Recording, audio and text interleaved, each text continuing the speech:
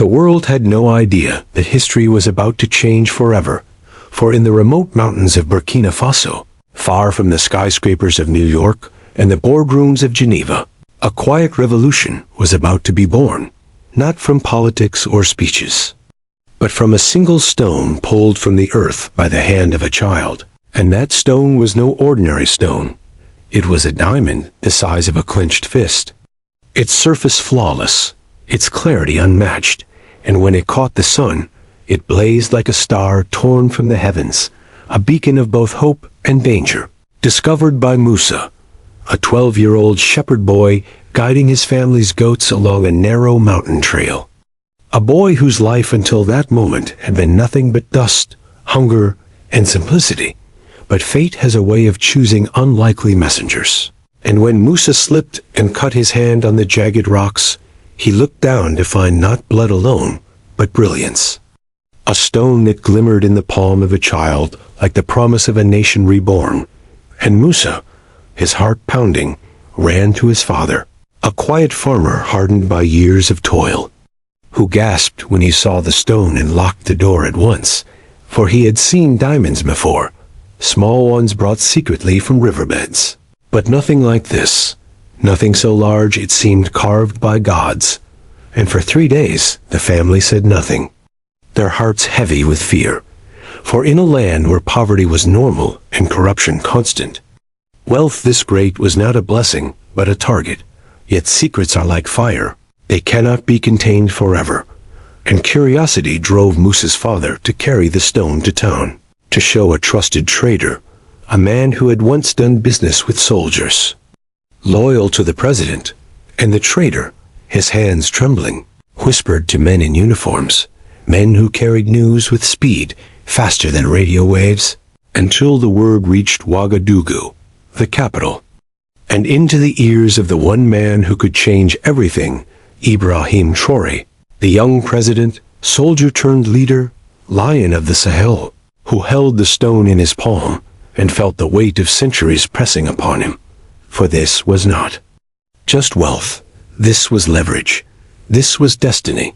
And Ibrahim, who knew the gains of the world, understood instantly that if one stone lay in the mountain, there were more, and if there were more, then Burkina Faso was sitting atop not a fortune, but a curse. For history had shown what happened when Africa revealed her treasure's blood flowed. Outsiders came with briefcases or bombs, and nations were stripped bare.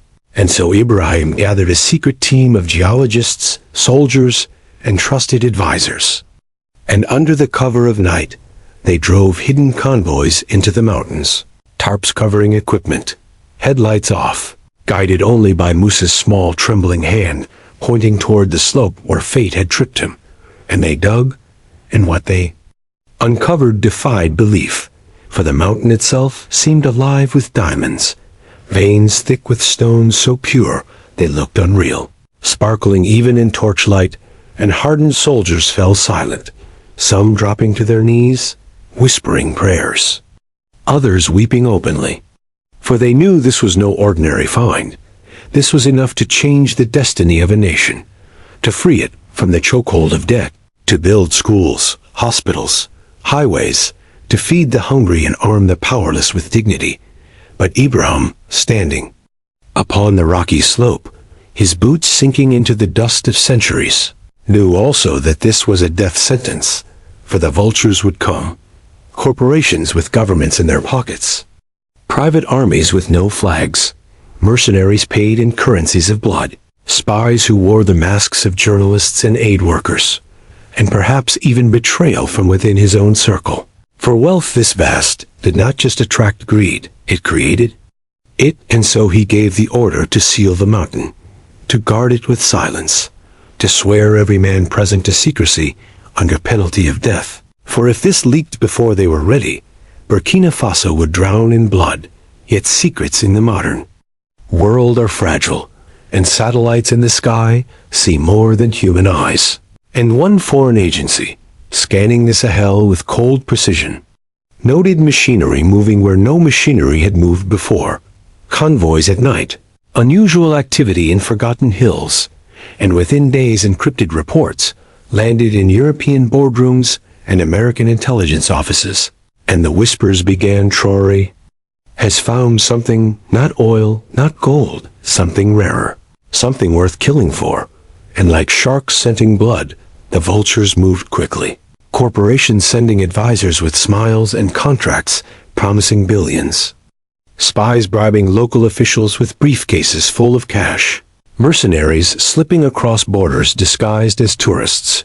And somewhere in Geneva, a man named Kessler, a broker of coups, poured himself wine and smiled as he looked at satellite images, whispering to his shadowy associates that the Diamond Mountain belonged not to Burkina Faso, but to them. And as night fell heavy over Ouagadougou, Ibrahim sat in his palace, maps spread before him, his advisor Usman at his side, tension etched into their faces, for they knew the world now suspected, and suspicion was enough to trigger invasion. Usman pointed at intercepted reports. Convoys disguised as medical aid carrying weapons. Foreign operatives checked into hotels, pretending to be journalists. And Ibrahim rubbed his temples, whispering that this was not about diamonds, but about control. Always control. And he vowed not to surrender his people's birthright, even if it meant war without firing a shot. But war came anyway, first in whispers, then in blood. When a convoy carrying equipment to the mountain was ambushed on a desolate road, soldiers cut down, only one surviving to crawl for hours back to base, gasping that the enemy had known exactly where they would be. Proof that a traitor was among them. And Ibrahim's heart sank, for betrayal is heavier than bullets. And that night he met Musa in secret, kneeling before the boy, promising to protect him and his family, for the child who had stumbled upon destiny was now a target, hunted by men far older and far more ruthless. And Ibrahim's resolve hardened. Ordering the mountains sealed as a military zone, his closest aides interrogated, his soldiers sworn anew, but the vultures circled closer. Mercenaries of the Falcon Group moving through forests, their faces painted black, their rifles silenced. Soldiers of fortune backed by governments that denied their existence. And Ibrahim understood the scale of what he faced, for this was no longer a corporate grab. This was the hand of empires reaching for his nation's throat, and still he stood, tall, visiting the mountain disguised as a farmer, speaking to villagers, reassuring Musa, looking into the eyes of miners, who asked softly if the enemy was coming, to which he answered yes, but we are ready.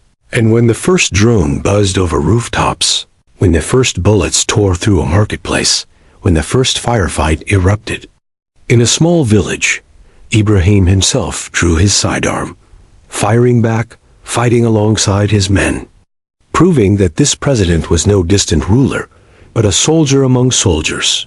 And yet the war only deepened, battles raging on ridges and in tunnels, helicopters swooping, mortar exploding, smoke choking the air, until the mountain became a war zone, a scar upon the earth where greed and dignity collided. And in the midst of it, Ibrahim discovered his traitor, Captain Dio, once a trusted officer, now sneering that the West owned everything, that freedom was fantasy, that betrayal was survival. And Ibrahim, his heart breaking, listened as Usman executed the traitor. The echo of the gunshot, a bitter punctuation to the lesson that even brotherhood can be bought. And as night fell again, and Falcon Group launched their full assault with helicopters and floodlights and waves of mercenaries, Ibrahim stood at the cave entrance with his soldiers, his uniform stained with dust and blood, declaring that if they wanted the mountain, they would have to bury him there. And in his pocket was a photograph of Musa and his family, the true reason for his fight. For this was no longer about diamonds. It was about dignity, survival, and the right of a people to own their future. And as explosions shook the valley, and bullets rained down, as smoke blotted out the stars, as men screamed and the mountain burned, history itself seemed to pause, watching to see if this young soldier president could defy not only armies, but centuries of exploitation. And somewhere far away, Kessler raised his glass, believing victory was certain, unaware that in the dust and blood of the mountain, a new fire had been lit, a fire no mercenary could extinguish, the fire of a nation ready to fight for its soul. And thus began the war for the Diamond Mountain. A war that would decide not only the fate of Burkina Faso, but perhaps the fate of Africa itself, for if one nation could resist, others would follow, and the chains of centuries might finally break.